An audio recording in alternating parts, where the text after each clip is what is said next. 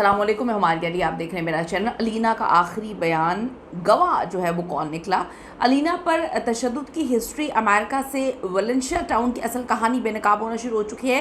27 जुलाई की confirm ticket और शाम 6 बजकर 10 मिनट का वक्त। नासिर डोगर का ड्रामा किस तरह से पकड़ा गया, किस तरह से एक्सपोज हुआ है, बच्चों को किसने घसीट कर कमरे से फेंका। अकेली क्या अलीना घसीट सकती थी? बिल्कुल भी नहीं। अलीना की बहनों ने नासिर डोगर पर क्या क्या इल्ज़ामात लगाए, क्या क्या सच्चाई बताई, क्या क्या पंडोरा बॉक्स खोला।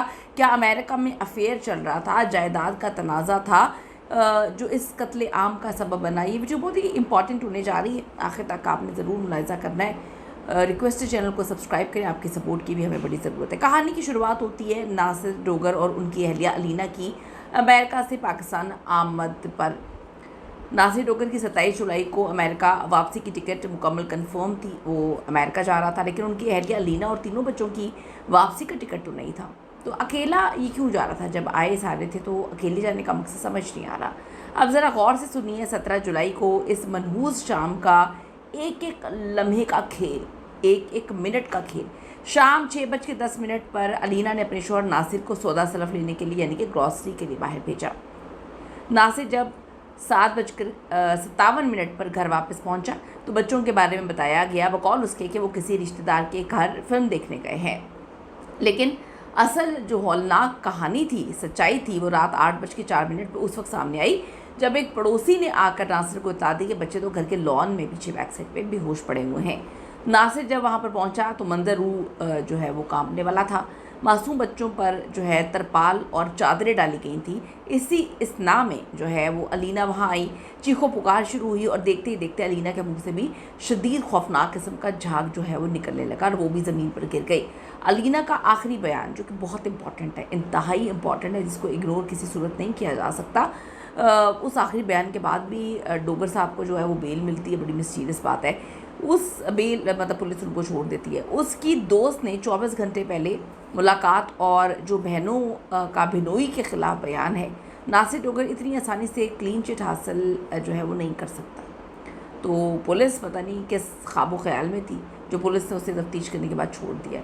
पुलिस ने नासिर डोगर को हिरासत में लेकर शवाहिद इकट्ठे किए हैं। फॉरेंसिक रिपोर्ट्स मौसूल होने तक जो है वो इस केस को कत्ल और ख़ुदकुशी दोनों जावियों से ओपन रखा जाएगा। नासिर डोगर का भाई भी पुलिस में निकल आया है, यहाँ तो एक थोड़ा दूर का रिश्तेदार निकल आया, तो लोगों के इतने टशन होते हैं, लोगों को इतने प्रोटोकॉल्स मिलते हैं, यहाँ तो इसका सका भाई निकल आया है।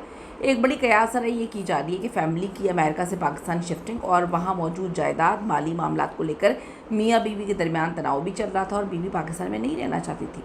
16-17 साल बाद आई है। अजीब सी बात है कि जी आप पाकिस्तान शिफ्ट करें, यहाँ से दुनिया वहाँ पे भाग रही है, वहाँ से जो है ये लेकर पाकिस्तान आ रहा है। अलीना की जो बहनें हैं उन्होंने तशद्दुद की हिस्ट्री भी बता दी है। अलीना की बहनें बैरून मुल्क मुकीम, लाशों की तहवील के हवाले से नासिर डोगर के जो ख़ानदान हैं और जो मुतवफ़िया की फ़ैमिली है, इनके दरमियान तनाज़ा सामने आया है।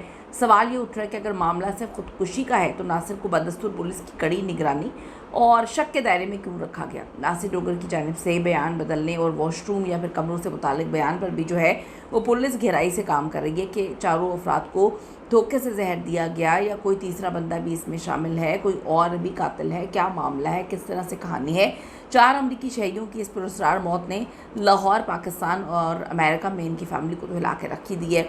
तमाम तर नज़रें फॉरेंसिक लैब की रिपोर्ट पर हैं, जहर की नौयत जो है और कॉल रिकॉर्ड्स पर टिकी हुई है सारी नज़रें, ताकि दूध का दूध और पानी का पानी हो जाए।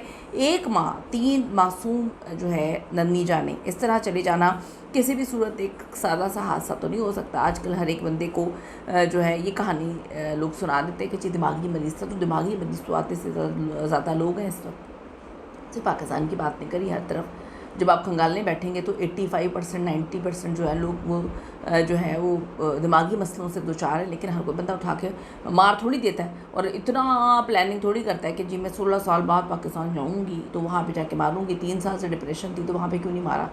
तो ये कहानियाँ तो कुछ और हैं। आपकी नज़र में इन तमाम हक़ाइक़ और क़यास आराइयों को नज़र रखते हुए जो है इस लर्ज़ा खेज़ केस की क्या आपको कहानी लगती है? आपको लगता है कि जितना ये दिखाने की कोशिश कर रहे हैं उतना ये मामला नॉर्मल है? आपको क्या लगता है कि ये मासूम है बेचारा नासिर डोगर, क्या रोल हो सकता है इनका, इनके साथ क्या चीज़ें इन्वॉल्व हो सकती हैं? और जितने वो आराम से कह रहे हैं कि जब बच्चों को मारा गया, मैं ग्रॉसरी करने गया हुआ था, मैंने आइसक्रीम नहीं खाई। तो इतने तफाकात होते हैं। ज़रूर कमेंट करेगा। See you in the next video. Allah ने के बाद।